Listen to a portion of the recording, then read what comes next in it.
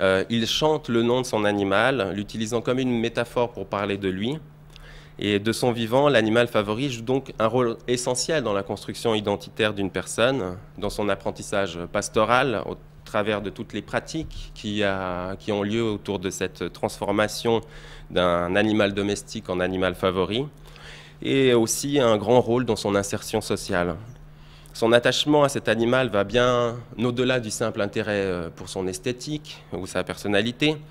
Un animal favori devient et est le garant, le porteur de la bonne fortune d'un éleveur.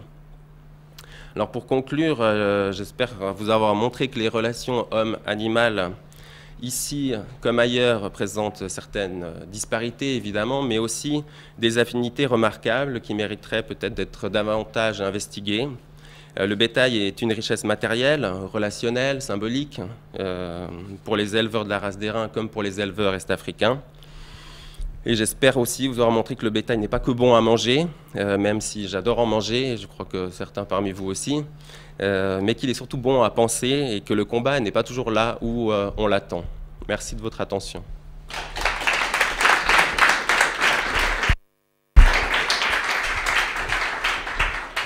Merci pour votre intéressant exposé. Merci aussi pour avoir respecté le temps assigné. J'invite aussi les suivants à le faire pour ne pas pénaliser ceux qui vont suivre.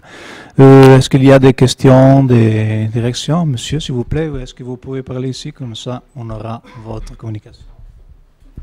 Merci, bonjour. Oui, merci beaucoup, c'est passionnant, et puis des photos splendides. Je pensais aux travaux que vous devez connaître de Jean-Baptiste Exé, sur les Mursi éthiopiens.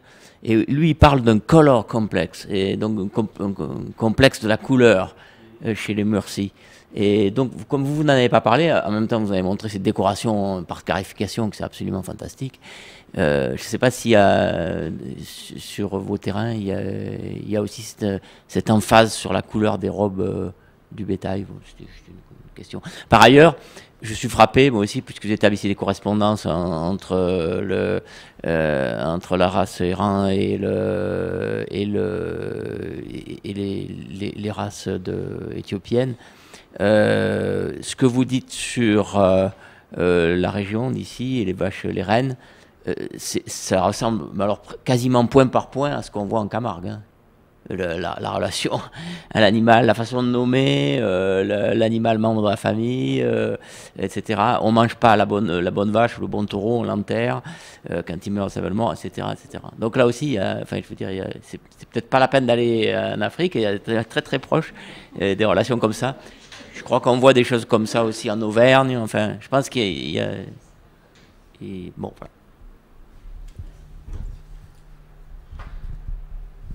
Oui, pour les couleurs, dans le contexte Mursi, Jean-Baptiste Exé fait des magnifiques travaux là-dessus, donc je le laisserai plutôt s'exprimer. Je peux que le saluer s'il nous écoute ou s'il nous regarde.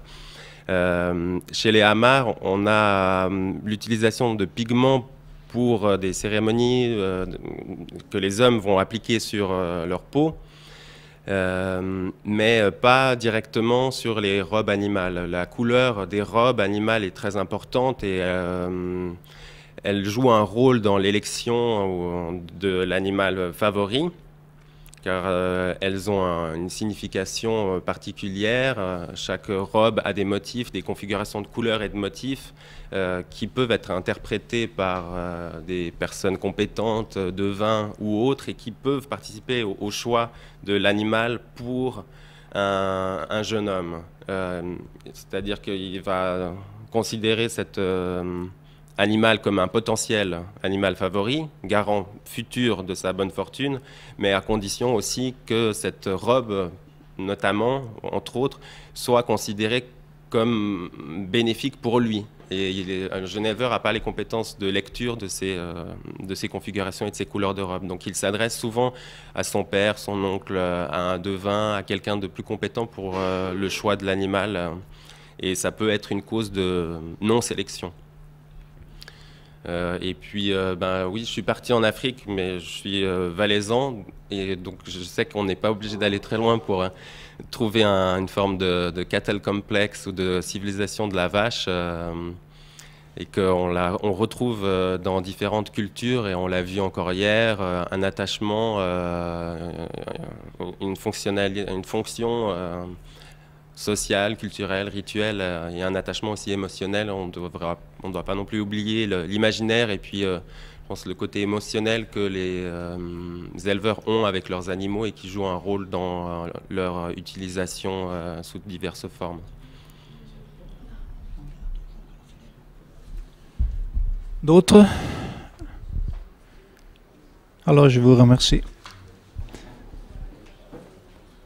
Et j'invite M. Monder Kilani à nous rejoindre à la table. J'espère avoir prononcé correctement votre nom. Oui. Ça se prononce comme ça s'écrit. Bon, très bien. Question d'un... Je disais M. Kilani, professeur d'anthropologie à l'Université de Lausanne. Il nous parlera le rapport contemporain à l'animal et la crise de la vache folle, vu depuis les éleveurs de la race des reins.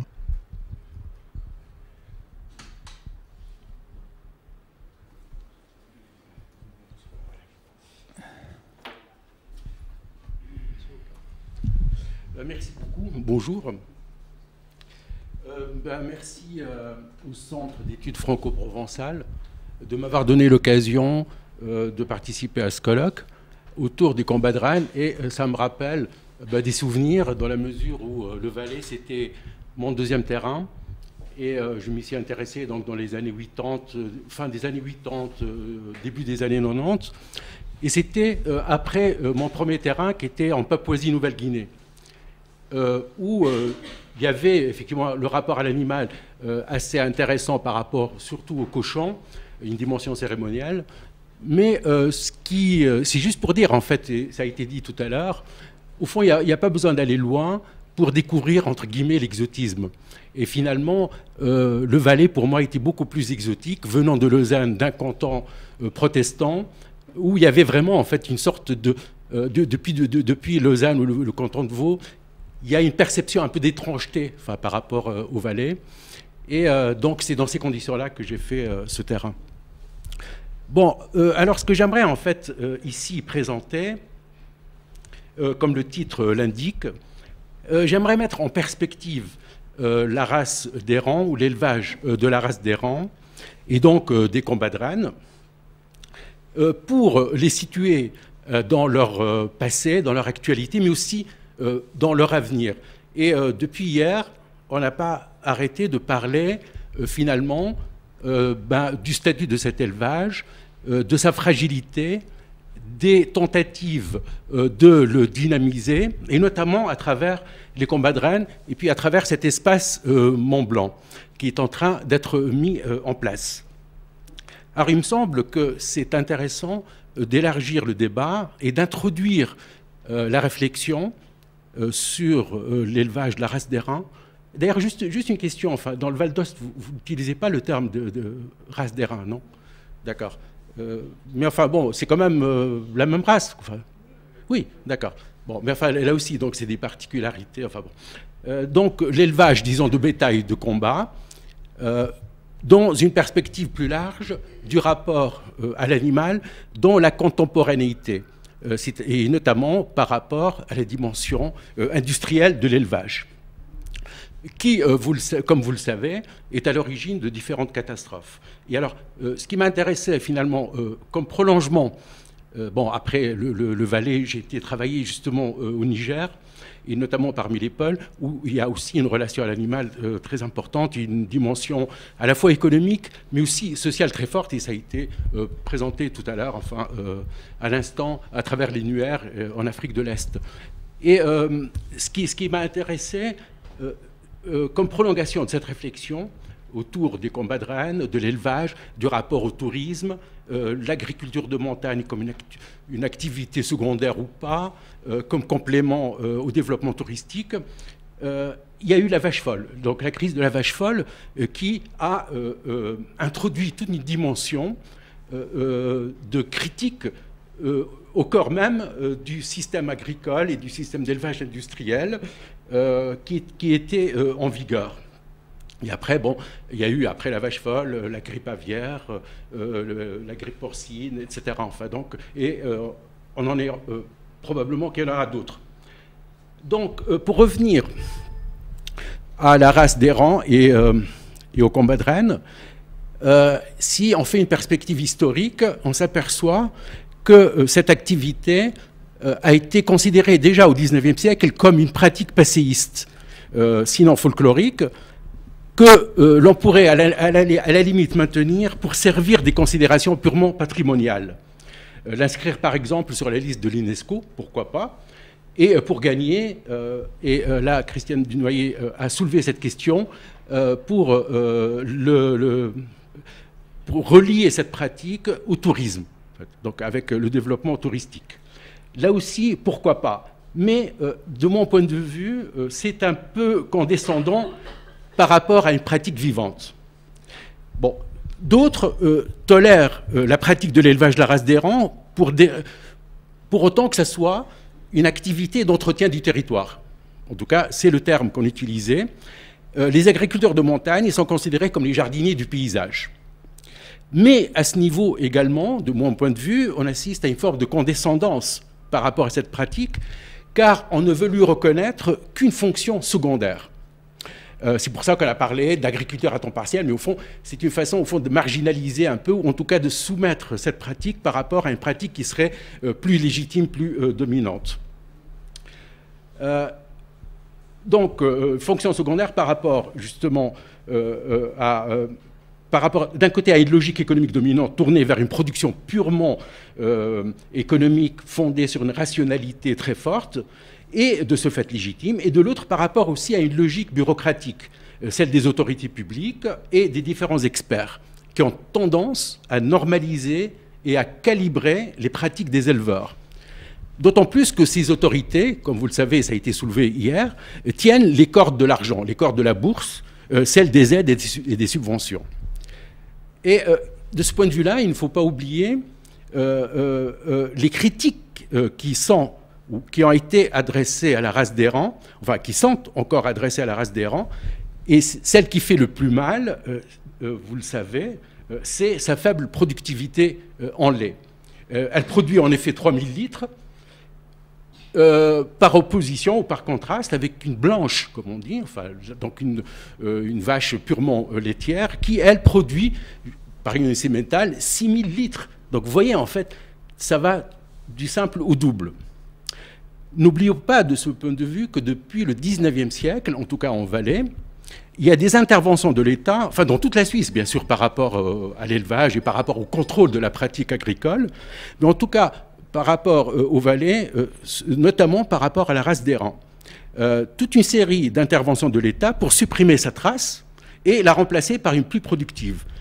Et on a ainsi opposé un élevage de type rationnel donc productif, à un élevage sentimental, voire irrationnel. On utilisait vraiment ces termes, rationnel, irrationnel.